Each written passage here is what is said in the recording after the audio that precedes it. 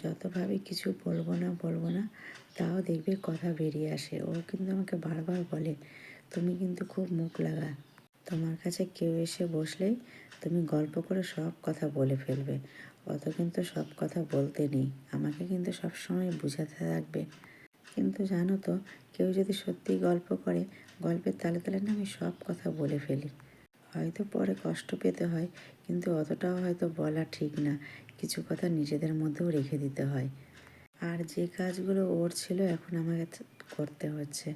ওই সময় পাচ্ছে না বলে গাছে জল দেওয়া, ফুল তোলা আগে ওই করতো, এখন আমাকেই করতে হচ্ছে। আমি বেশি সিঁড়ি দিয়ে উপরে উঠতে পারি না, আমার অসুবিধা আছে, তো ওই বেশি যেত। কিন্তু এখন কিছু করার নাই, গাছে এত সুন্দর ফুল, তাই সকালবেলায় সব গাছগুলোকে যত্ন করি। গাছে জল দেওয়া, ফুল তোলা, আর বেগুনেরও ফুল ধরেছে, আর দুটো মনে হচ্ছে বেগুন হবে, বেশ বোঁটাগুলো মোটা মোটা হয়েছে। জানি না, আমি এই প্রথম বেগুন গাছ লাগালাম।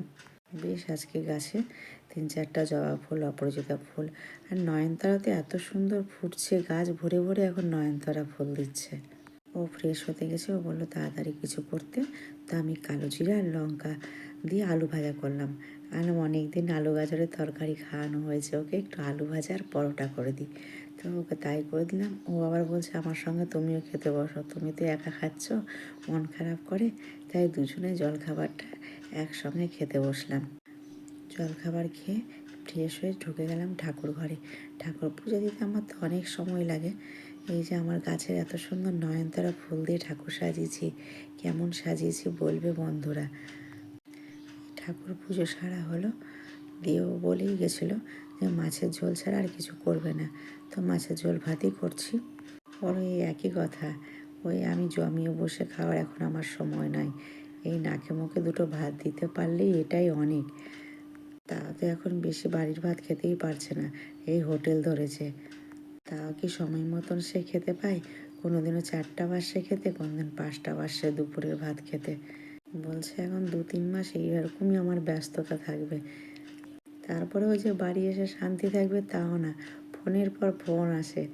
এমনি ঘুমাতে ঘুমাতে 12টা-1টা বেজে যায়, তারপরেও ফোন আসবে। আর এই প্রফেশনে তো 24 ঘন্টাই অন থাকতে হয়।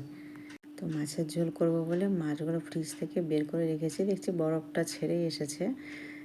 তার একটু ধুয়ে নিয়ে মাছগুলো ভাজা বসিয়ে দিলাম। আমার সেই ওই আলু, পেঁয়াজ, লঙ্কা কাটা, জিরার গুঁড়ো দিয়ে মাছের ঝোল, এটা কিন্তু আমার খেতে বেশ লাগে।